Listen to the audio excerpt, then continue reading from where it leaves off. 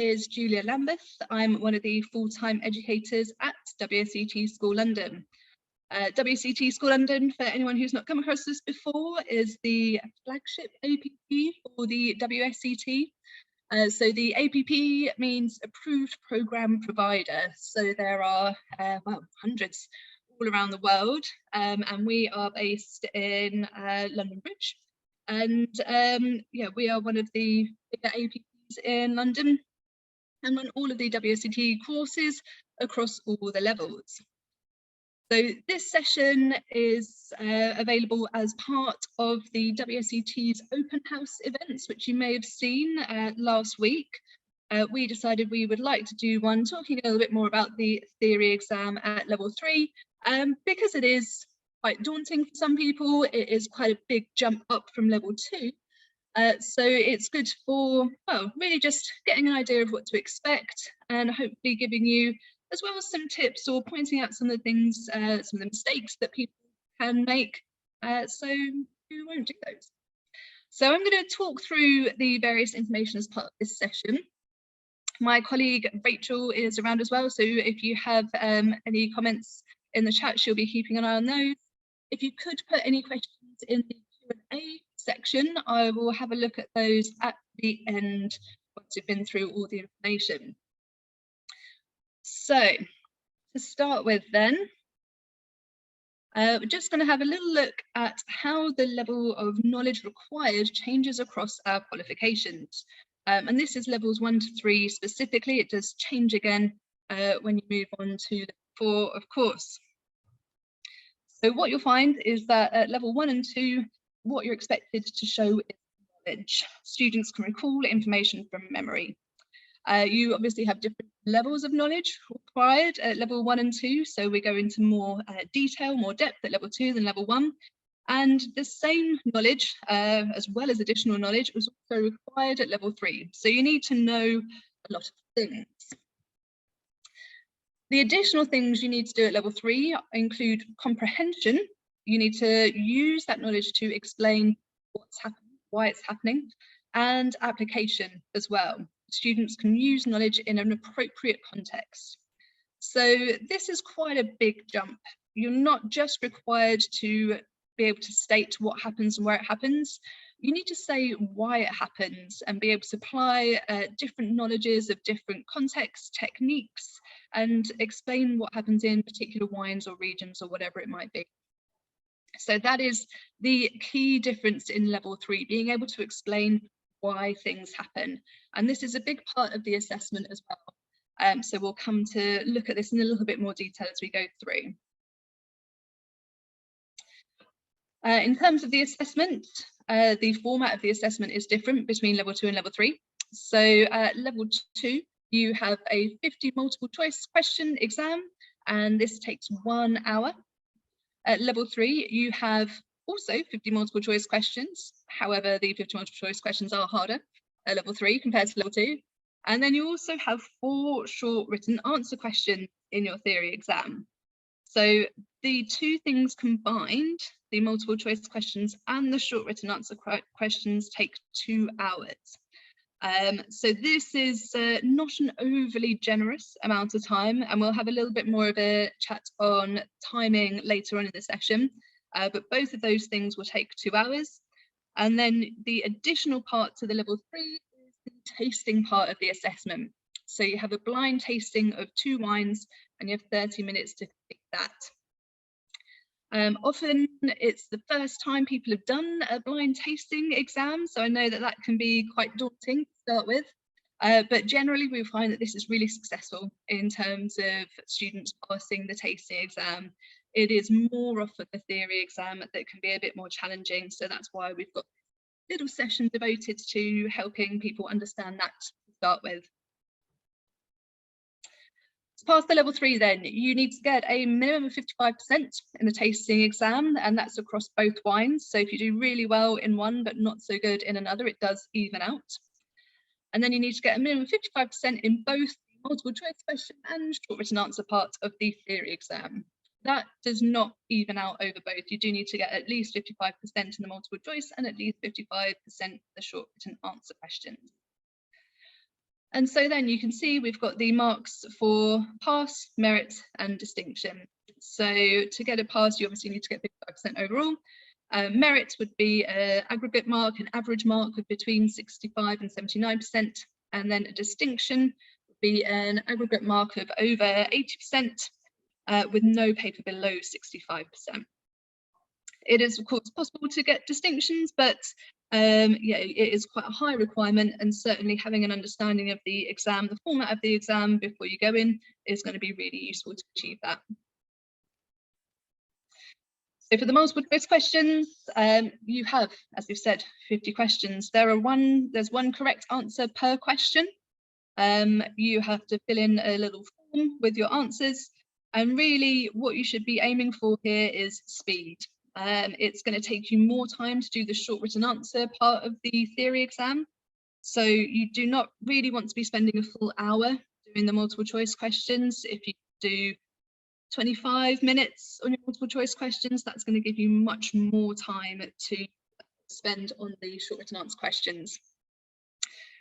My aim for you would be that by the time you come to the multiple choice part of the exam, you're going to look at the question and you're going to know the answer. It shouldn't be a case of deliberating between the different options. You should just have that level of knowledge in your head that you look at that question and go, yeah, I know what that is, move on. So that's what we're aiming for. With the short written answer questions, here you have 4 questions which are worth 25 marks each. But within that, they are broken down into smaller sections. So some sections might be worth 1 or 2 marks, some might be worth 4, 5, and then occasionally some parts are a bit longer, 10, maybe 12 marks, something like that. So each of them will have the number of marks allocated written next to it. For these questions, you have to write by hand and in your own words. If it's not clear already, you don't have the textbook with you during the theory exam. It is a closed book exam. So this is where you're going to have to applying your knowledge, using what you've learned to write the answers to the questions that you've given them. All questions are compulsory. You can't leave any gaps. If you are not sure on something, it's always best to write something rather than nothing. There is no negative marking on the theory exam, so or in any of the level 3 exam. So if you write something that is incorrect, you don't get marked down. You just won't gain marks for any incorrect comments. So it's always worth writing something. So from here, we're going to have a little look at some of the information about the course, which is available in the specification. So the specification is a document that is freely available online, so you can find it as a PDF on our website. This is a really useful document. It's we actually have a specification for all of our courses, and they're all really useful, but I think they're sometimes a little bit overlooked. While students are so excited to get into the content of the course, you may not necessarily think about reading this in the detail that is necessary. So actually a lot of the information that's forming the session is just from the specification, but what we're going to do is go through in a good amount of detail and point out some of the key bits of information that can sometimes be overlooked. So in the specification, what we have are the learning outcomes for the course. So for the theory exam, you can see here we have 5 learning outcomes. I'm not going to read through all of these right now. As I say, you can have a look at this document online in your own time and have a more of a clear look through. But broadly, what we'll see is that for the 5 learning outcomes, learning outcome 1 looks at the natural and human factors in the vineyard and winery. So that's general grape growing and winemaking. Learning outcome 2 looks at the characteristics of still wines in the regions of the world. So that's all the regions, all the grape varieties. It also includes aging terms, legal terms, all of that will come together in learning outcome 2. Learning outcome 3 is sparkling wines. Learning outcome 4 is fortified wines. And then learning outcome 5 is advice to customers, storage service, things like that. So with that as a place to start, what we can think about next are how many marks are allocated to each of these learning outcomes. So again, this is information that is just in the specification, so you can find this there if you want to have a look at it. But for the short written answer questions, as you can see, we've got 4 short written answer questions, and they will relate to different learning outcomes. So question number 1 and 2 will relate to learning outcomes 1 and 2. Question number 3 relates to learning outcomes 1, 2, and 5. And then question number 4 relates to learning outcomes 1, 3, 4, and 5. So what you'll notice here is learning outcome 1 heavily assessed across all of them, as is learning outcome 2. Learning outcome 3 and 4, which was our sparkling and fortified wines, is only in 1 question, but it will always be in the theory exam. There will always be a question on sparkling and fortified wines, so that's pretty important information too. And there will be a couple of questions on learning outcome 5. So that was making recommendations, storage and service, things like that. For the multiple choice questions, again, we've got a similar breakdown. So in the multiple choice questions, there will be 8 questions allocated to learning outcome 1, which was the grape growing, wine making. Learning outcome 2, which was our regions and varieties, is 28 marks. So that's quite a lot of questions that are going to be assessing you on your knowledge of the regions, grape varieties, labelling terms, legal terms. 3 and 4 was sparkling and fortified respectively, and again 5 was storage and service. So good to be aware of that before we go in. So from that, and additionally from the examiner's feedback, there are some bits of information that we can pull out. So the examiner's feedback relates to a document that the examiners create every year following the performance of the level 3 exam. And it just tells some parts where students have maybe not performed so well, points out bits that could be done better, and then we can use that to help us improve in the future. Pretty much all of this is in the specification already, but it does just go to show how important that specification is and how much that can be of use when you're trying to understand what to expect of the exam. To the extent that the first point here is just read the specification. So as we've said already, and we've seen, that has our 5 learning outcomes, and within those learning outcomes we have assessment criteria. So the learning outcomes tell you what you need to know, the assessment criteria tell you how you're going to be assessed on it. And then following those assessment criteria, you will just have the key terms that you need to know, or grape varieties or region, as I've mentioned, legal terms all in there as well. So you can essentially use the specification as a little tick box guide. Once you've started your study, go through, look at each learning outcome. Do you know what this term means? If so, you tick it off. If you don't, then it means you need to go back to your textbook and relevant parts again. So it's probably quite useful to read the specification a couple of times. You definitely want to have a look at it when you start your course, but you also want to be looking at it as you plan your revision and make sure that everything that is in there that you are expected to know, that you are comfortable with, that you would be able to repeat in the required level of knowledge for the level 3 course. Minimum 84 hours total study also included on that top line there. Depending on the format of the course that you take, this can vary. So we do offer level 3 as both an online and in-person course. If you're doing an in-person course, you will get around 30 hours of teaching time. And then that means you're looking at just over 50 hours of home study. And I will say that this is a recommended minimum. Some people find that they need more than 50 hours to do the required amount of home study, or to get to the level that they feel is going to be necessary for the exam. And this can particularly be if it's been a while since you did your level 2, perhaps. It is assumed you have level 2 knowledge before you go into level 3. So if you've done your level 2, forgotten some of it, then it might take you a little bit longer just to get back up to speed. It also might take you a bit longer if you're just not familiar with the language or the terms. You know, there's quite a lot of different information you need to be able to understand and assimilate. So making sure that you have enough time to spend on that, to learn that to the adequate level, is going to be really important. I would say before starting the level 3 course, you should probably aim to have read your textbook at least once. So read through the whole thing before you step into the classroom. Because in reality, most people are going to need to read the whole book at least once, 2, maybe 3 times, depending on how much time you do have.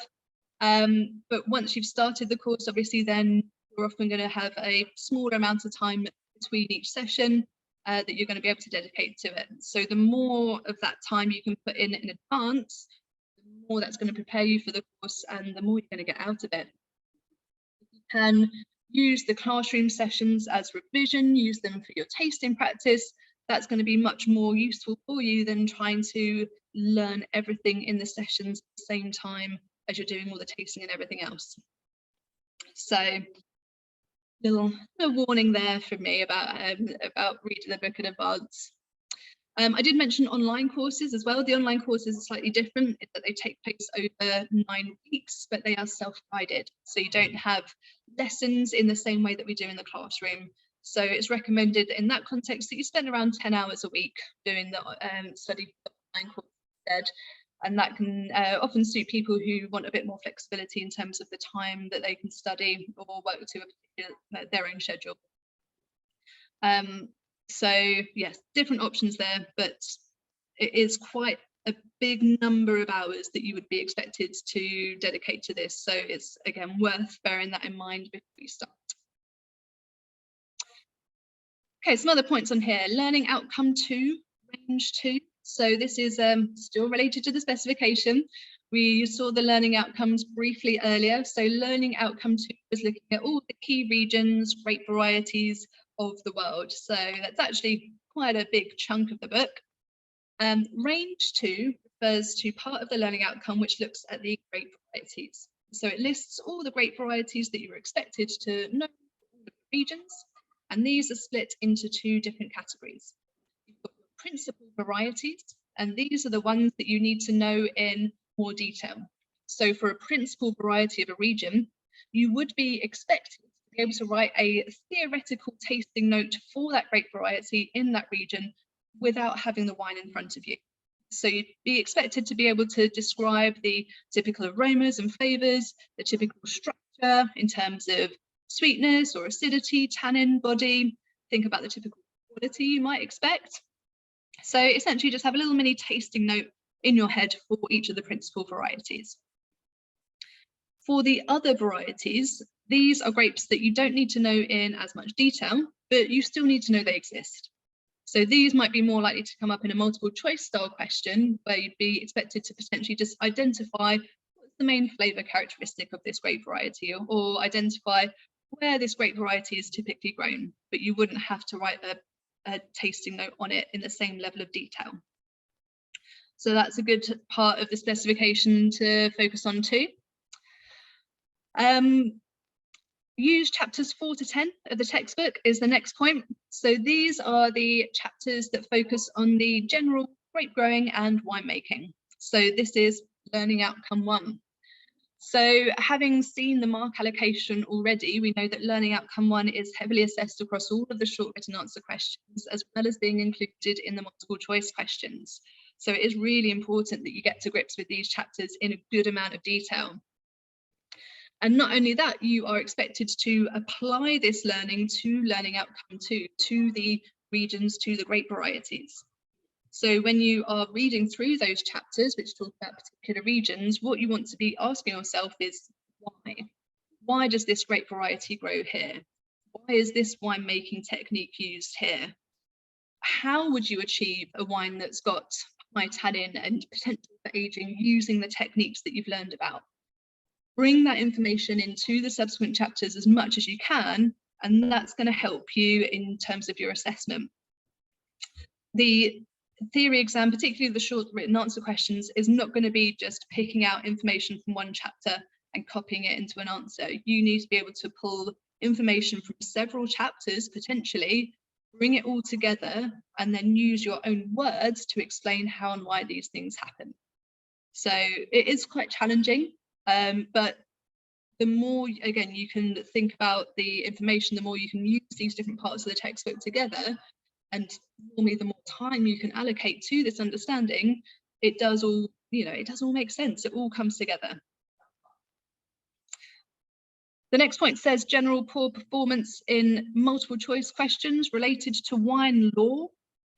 Wine law is generally not anyone's favourite part of the course, but it is important, and there will be questions on it. So make sure you read those little green boxes that are in the textbook. They will have the relevant parts of wine law normally separated out in a couple of paragraphs, so you can just read through that as you go through each chapter, but also in preparation for your exam. The next point we've covered as well, there will always be a short written answer question on sparkling and or fortified wines. So your sparkling and fortified wines will not be assessed as part of the tasting part. It's only light wines in your tasting, so you will definitely get a short written answer question on sparkling and fortified. So it is really important that you know all this content in sufficient detail. Even the little chapter on fortified muscats at the back, you can't skip any of that as well. You need to know all of it, because it will be, well, not all of it will be assessed, but any part of it could be assessed. I've already mentioned learning outcome 5 as well. We saw that in the mark allocation, so there will be questions related to that, making recommendations, storage and service, both in the short written answer part of the exam and in the multiple choice part of the exam. So again, it's something that can be quite easy to overlook, but these could be relatively easy marks you don't necessarily want to miss. So again, just worth reviewing that before you approach your exam and making sure that you are happy with all the content there. And as I've mentioned already, no negative marking. So if you get something wrong, it doesn't count against you. I should also say it's not a test of your spelling, punctuation, grammar. There are a lot of great varieties and regions that can be quite tricky for people to spell. The key is that your examiner needs to understand what you're trying to write or what you're trying to say. So if you don't get it absolutely perfect, but it's still clear what you're trying to say, then that's fine.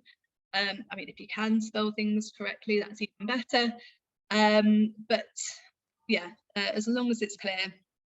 And on that vein, your handwriting also needs to be legible, easy to read. If the examiner can't read it, then they can't do the marks that are relevant for that section. So best handwriting always, please. And on the topic of handwriting, it might be worth just having a practice at writing things out in your own words by hand. Most of us don't do that much handwriting these days. So to do a 2-hour written exam by hand, you get that ache, and yeah, having some practice at writing for a length of time would be useful, just to make sure you can then go into your exam strong, as it were. Okay, so now we're going to go into a little bit more detail in terms of the short written answer questions. So one of the most important things when you're looking at the short written answer questions is just understanding the question, interpreting the question correctly, understanding the parameters of the question, and making sure that the information that you write is actually answering the question that is written.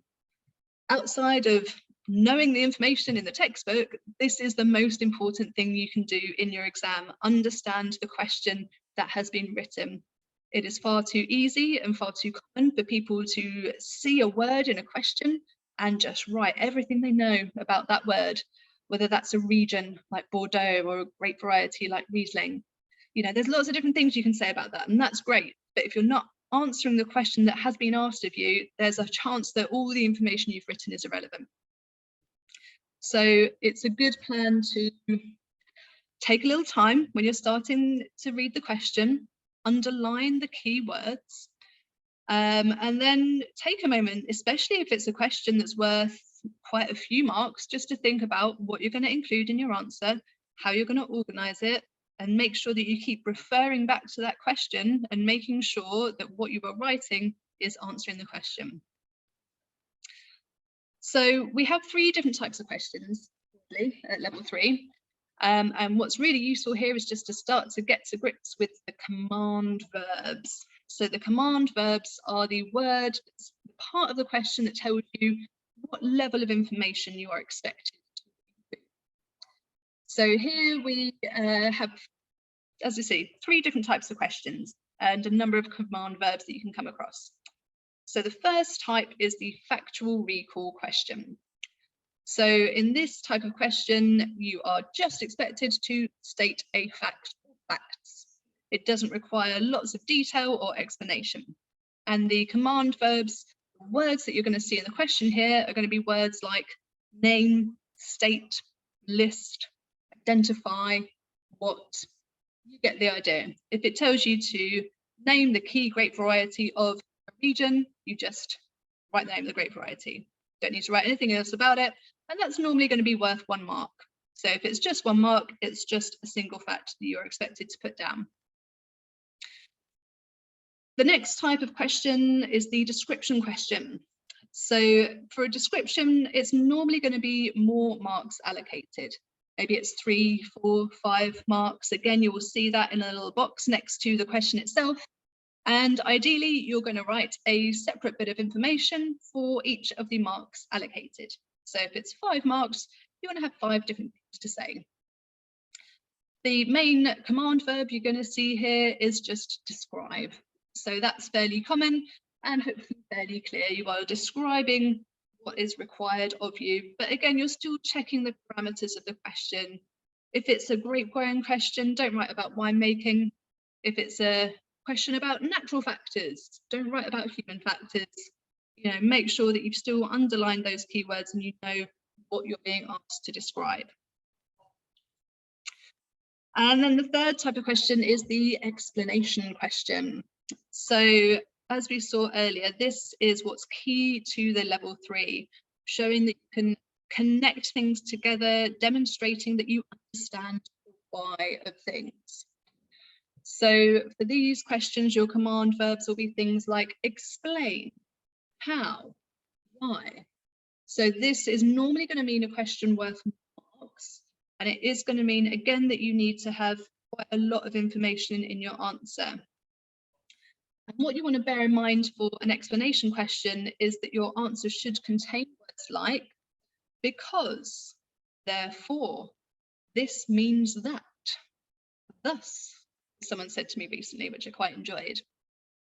If you don't have any words like that in your answer, the chances are you're writing a description rather than an explanation. And you can still get a fair amount of marks from a description, but you're not going to get as many marks as are available if you don't write the explanation. So as we said, this is the key part to the level 3, showing that you can explain how and why things happen.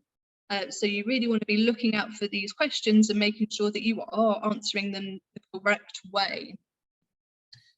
In terms of how I approach these questions personally, I like the this means that approach. So you would start by writing a bit of information, and then instead of putting a full stop at the end of your sentence, you put the words this means that, finish off that statement. And there you're connecting the bits of information together, you are making it an explanation. And that's how we know that we're getting to the right place. So take a bit of time. As I have said already, I will say again, 2 hours is not overly generous, but when you're looking at each question, you should take the time to read the question, underline the keywords. If it's worth quite a lot of marks, you may in fact want to sketch out a little practice answer. Write the question, write your answer to the question, and then read your answer as well. It's very important to make sure you read over what you've written, especially in an exam context. It's quite easy to not necessarily write what you think you've written.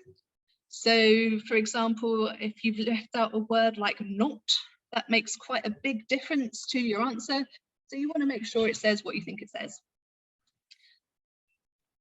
Okay, so those are our command verbs. So some general tips on the short written answer questions. Covered quite a few of these already. So plan how long you will spend on each question. So for the short written answer questions. As we said, you've got 25 marks for each question. You probably want to be looking at sort of 20, maybe 25 minutes per question. Know the command verbs, which we've just seen, and underline the keywords we've mentioned. Check the number of marks allocated. So as I've said, for each question, it'll have a little box next to it, which has the number of marks available. And then the last point here says, for questions asking for tasting notes, use the SAT terminology. So this one I'll just explain in a little bit more detail. So when we talked about learning outcome 2 and the principal varieties, it said that these would be varieties you'd be expected to be able to give a model tasting note on without having the wine present. If you are asked to give a tasting note for a particular wine, a theoretical tasting note, you still need to use the same terminology that you would be using in your tasting. So we've not talked about the tasting terminology as part of this session, but even those of you that have done level 2 will be familiar with most of it. So we're talking about saying high acidity, not refreshing. We're talking about low, medium, high levels of tannin, not drying. If you're asked for aroma or flavour characteristics, you need to use specific characteristics and not the clusters. So don't say citrus, say lemon or lime or grapefruit or whichever you think it would be. Maybe it's a few of them. And give a few different examples. It would also be useful to think about primary, secondary and tertiary characteristics. If you've got a question that's asking you for aromas of an aged Riesling, you want to put some tertiary characteristics in there as well to show that you understand that this wine will have developed in bottle and what the aromas and flavours that you would expect of a developed Riesling would be. But again, would have to be the SAT terminology for all of those. You do get questions that will ask for specific parts of a tasting note. If it asks you just for sweetness and acidity, then you don't need to write about body or alcohol. So again, reading the question and just writing the answer they have asked you for and trying not to include anything too much outside of those parameters. So timing, is important. And again, we've touched on this already. So for the 2-hour theory exam, you have to manage your own time. No one is going to tell you when to move on from the multiple choice questions and start the short written answer questions, when you should be moving on to each question. That is up to you. In your exam room, you will have a clock, you'll have a start time and a finish time. So you need to think about how long you want to spend on each part, bearing in mind that, again, to write out the short written answer questions by hand is going to take you quite some time. So going with a plan and stick to it is important. So I've given an example at the bottom there. Again, you might want to amend this to more or less for each section, depending on how fast you write. So you could aim to do your multiple choice questions, your 50 multiple choice questions in 25 minutes. So that would be 2 questions per minute, which should be fine. As I said, by the time you go into that exam, you're going to have so much information that you're not going to necessarily need to deliberate over those answers. You're just going to be able to pick out the correct one from the options that you have. 20 minutes then per short written answer question. So these are the ones which are going to take more time, where you might have to spend a little bit more time thinking about your answer, planning your answer, rereading your answer. So you want to make sure that you've got adequate time to do all of those things. And then 15 minutes left just to check over anything, fill in any gaps. If you do leave a section of a question and you think you're going to go back to it later, you want to make sure you've got time to then go back to it later.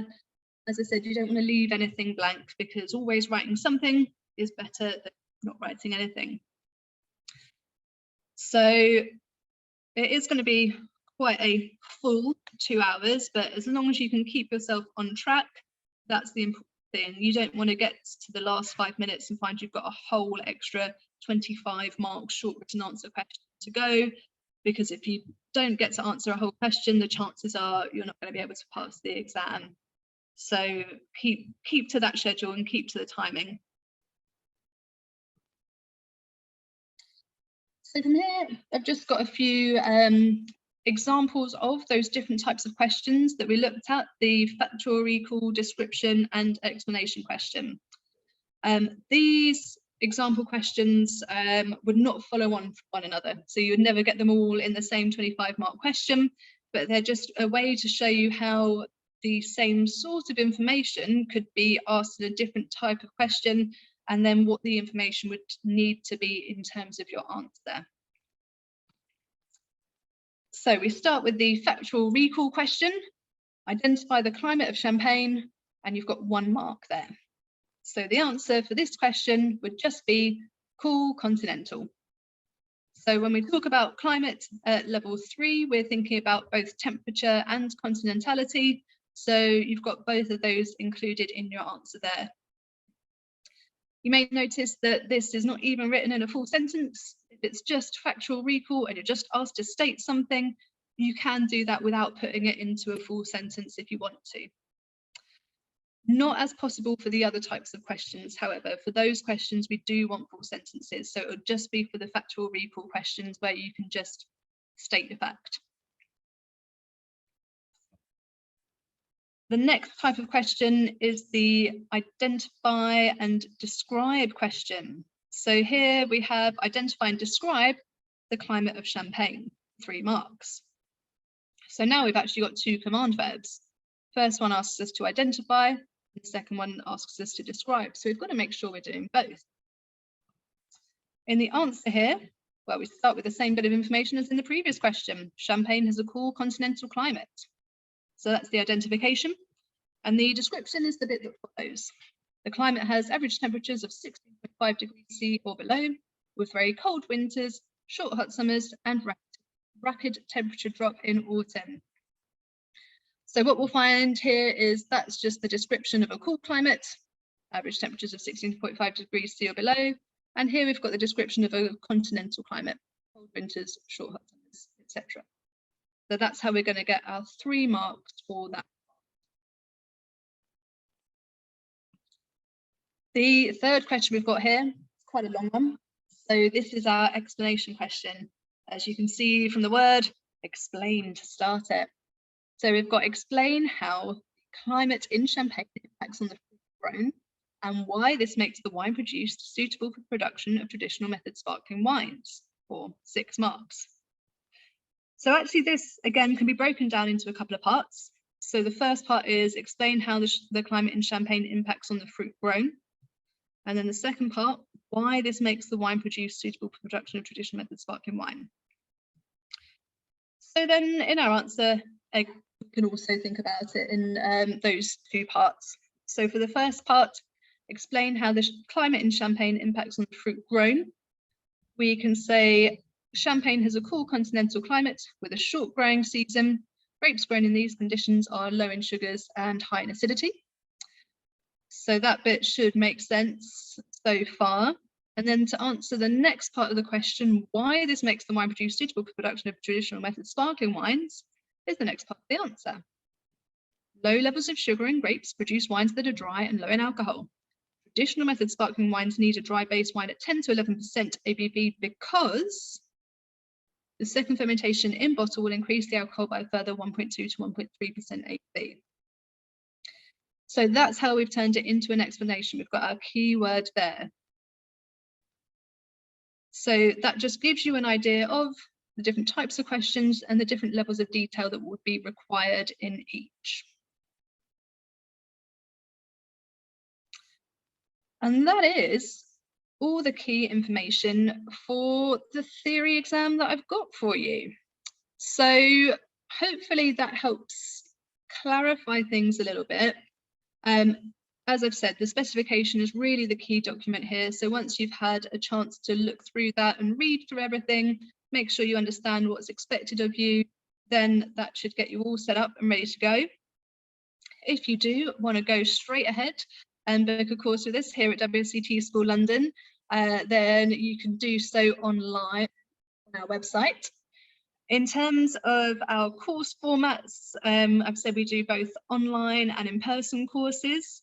In-person courses, we have several formats available. So that ranges from weekday courses, which can either be consecutive weekday courses, which would be a Monday to Saturday, or 1 day over 6 weeks. We do evening sessions, which would be 1 evening a week, that's 2 hours in an evening, or Saturday courses, which is just over 4 hours on a Saturday. It is important that you have your level 2 knowledge to book onto level 3.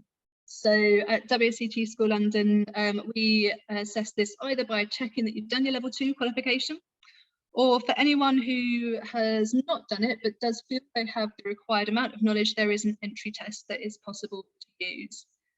And as I mentioned already, if it's been a while since you've done your level 2, it's probably good to just brush up on that before you get started, because that is assumed knowledge. It is assumed you know and remember everything from your level 2 before you start at your level 3, so we can build on that knowledge, so we can get to that greater depth of understanding through the course.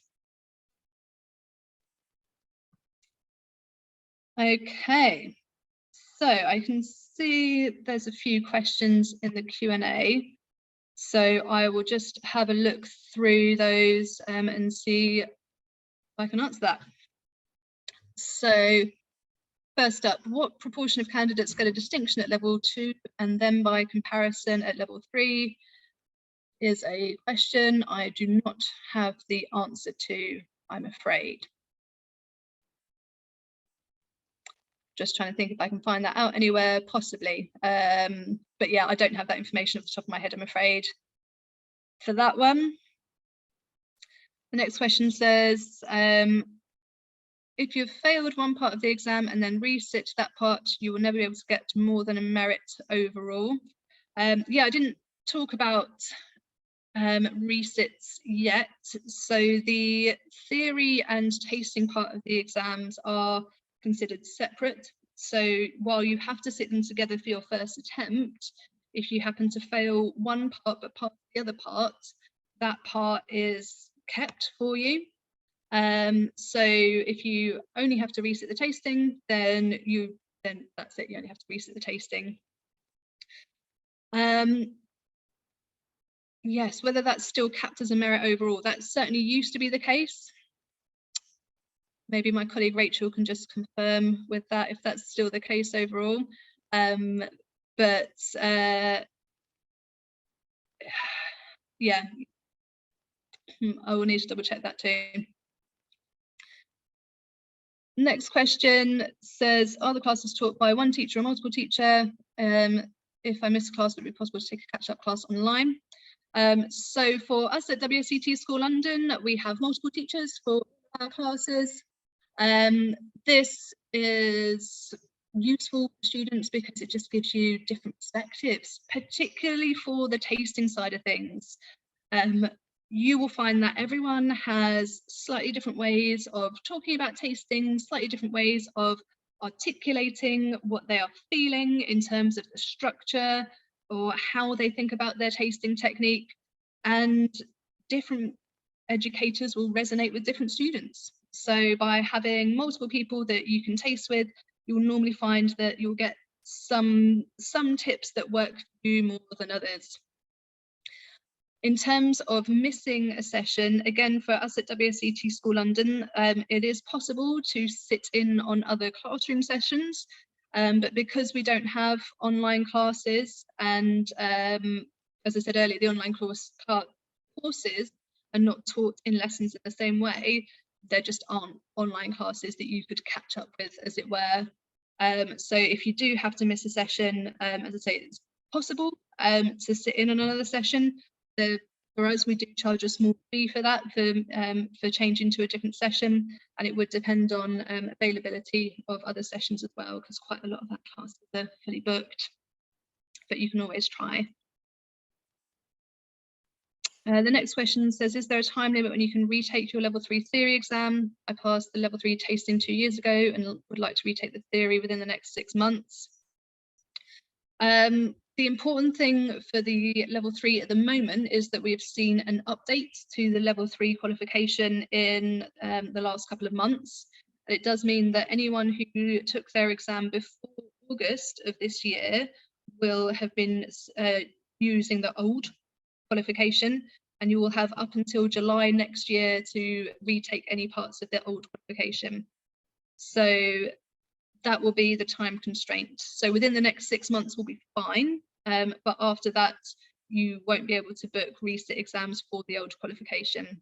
So anyone who's in a similar position and has part of their exam to retake, now is time to be thinking about it and make sure you get that done before July of next year.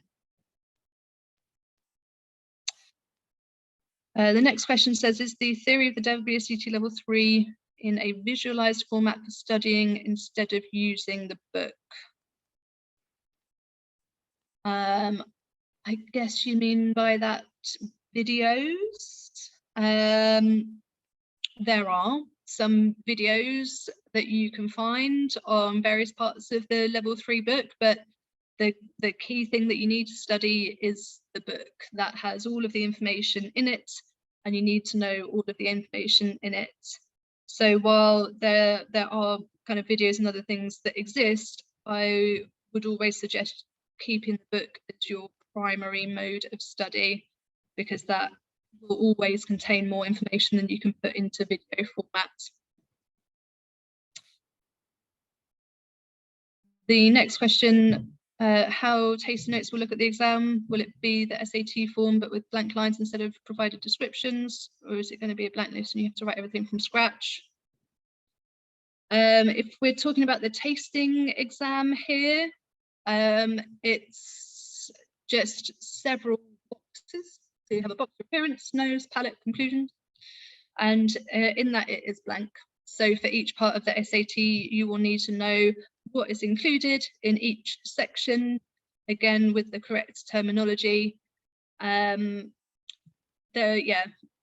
technique is again quite particular for level 3, but there is also information you can read about this, particularly in the study guide of the level 3 materials. It has quite a lot of information about tasting technique, and of course as part of your course, as part of your qualification, there will be a lot of focus on tasting technique, whether you are doing an in-person course or an online course. That will all be covered.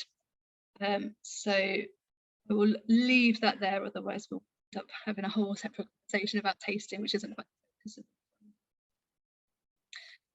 Question, do you have to start with the multiple choice questions, or is that just the recommended approach? That is entirely up to you. You do not have to do the multiple choice questions first if you don't want to.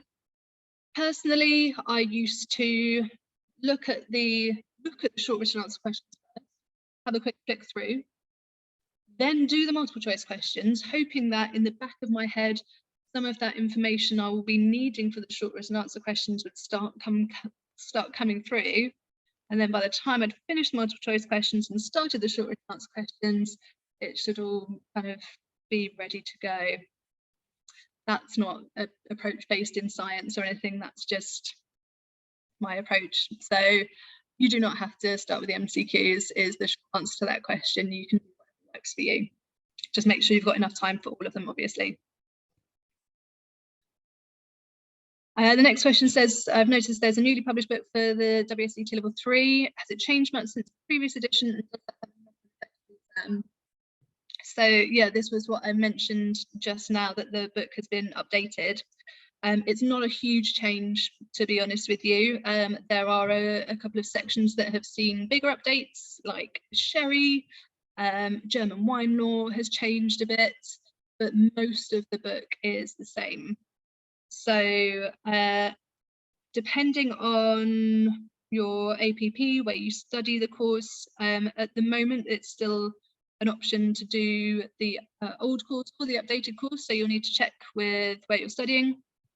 But in terms of the exam, no, it doesn't have a knock-on. As I've said earlier, you will have a limited amount of time to sit exams from the old format, because that is going to be withdrawn by the end of next July.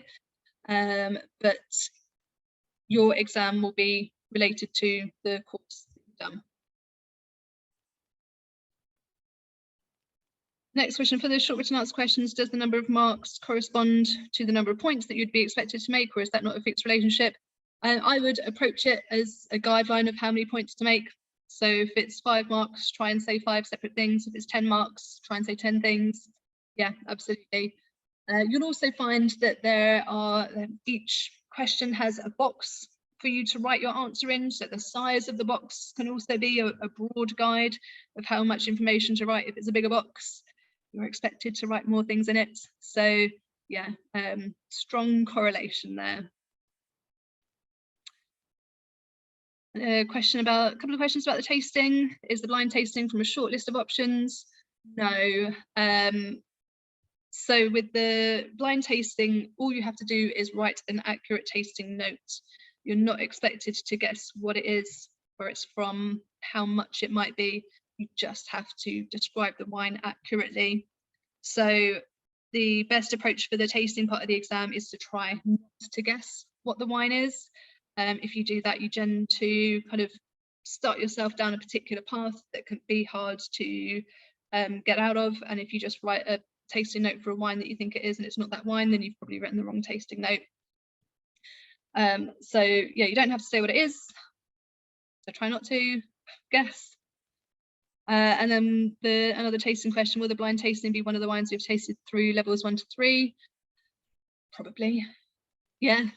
So in the specification, you have a list of recommended tasting samples.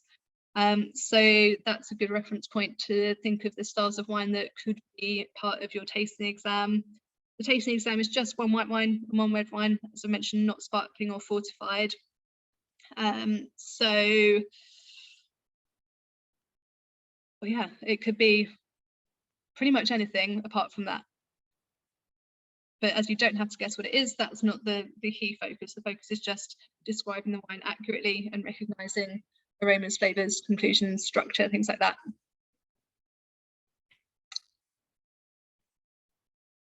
Next question says there are fewer tuition hours in the evening courses compared to the intensive courses. Why is that? It shouldn't be the way. All of our classroom courses have the same number of teaching hours, so it's 15 2-hour sessions, which will mean it's 30 hours in total.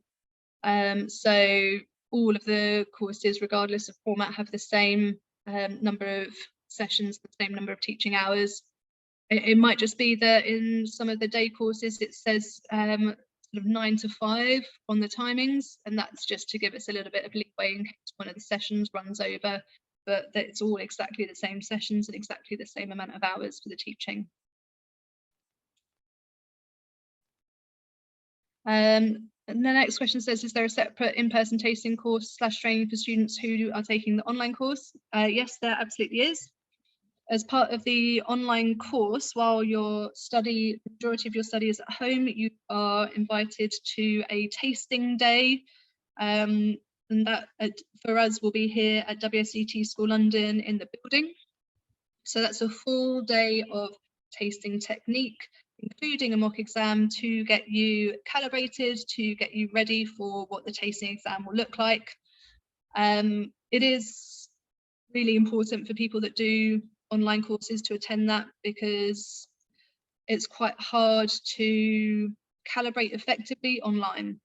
While the online course does include many opportunities for you to submit your tasting notes to your educator, who will mark them, they are probably not going to be tasting exactly the same wine as you. So if you are choosing to do the online format, it's really important that you come in and do the tasting day.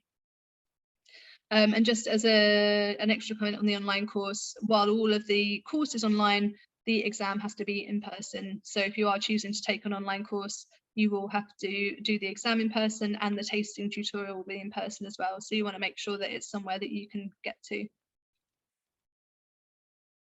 The next question says, are there any past theory papers we can help us to revise?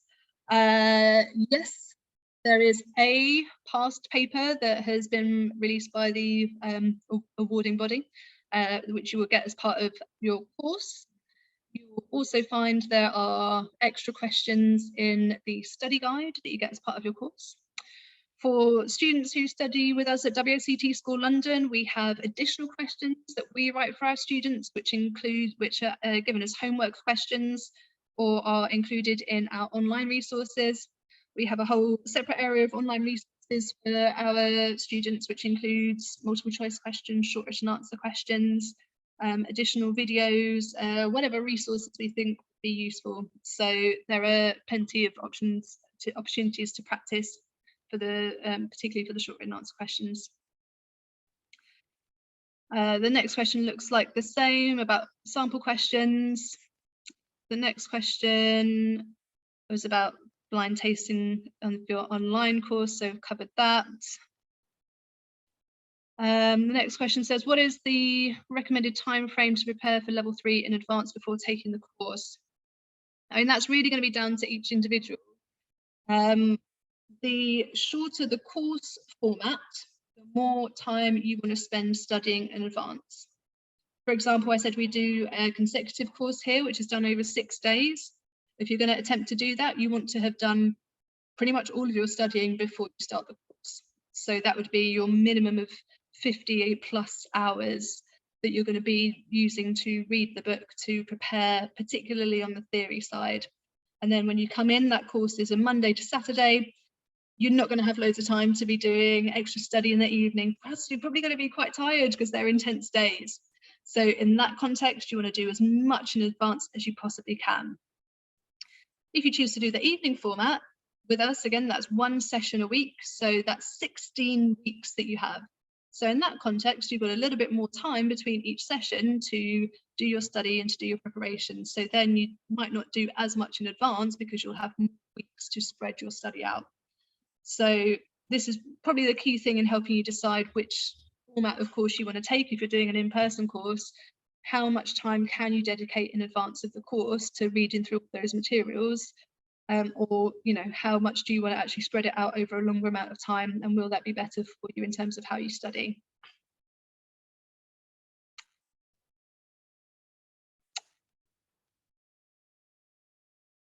Okay.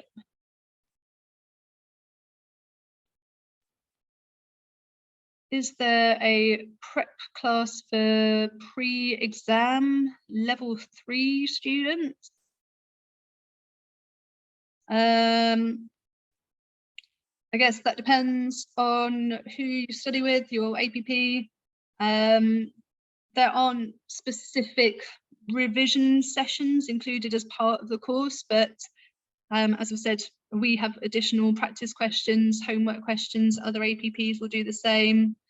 There isn't a specific kind of set preparation for the exam, though, if that's what you're looking for.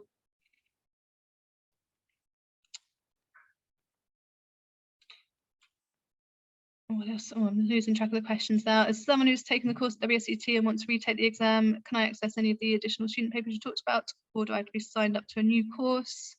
Depending on how long ago you did your course, you probably still have access to some of the resources. That if you've got questions just about your own exam, just send an email to school educators at WSETglobal.com if you studied with us at WSET School London, and we'll look at individual questions on a case-by-case basis. I'm not sure we'll have time to cover specific things like that while we're here. Well, in fact, we're nearly at time now. All right, let's say, who else? But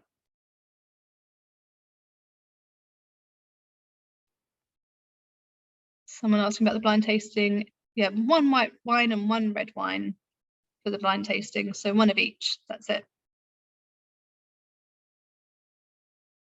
Do you have a break in between written exam and the tasting? Yes, so on the day of your assessment, the tasting exam is first. So you do that 30 minutes and you'll have just a short comfort break, sort of 10-15 minutes before going into your theory exam. Okay, well, that actually does bring us to time now. So if there are any other questions that I didn't get around to, sorry about that. But again, you can email us at schooleducators@wsetglobal.com. and we will get back to you.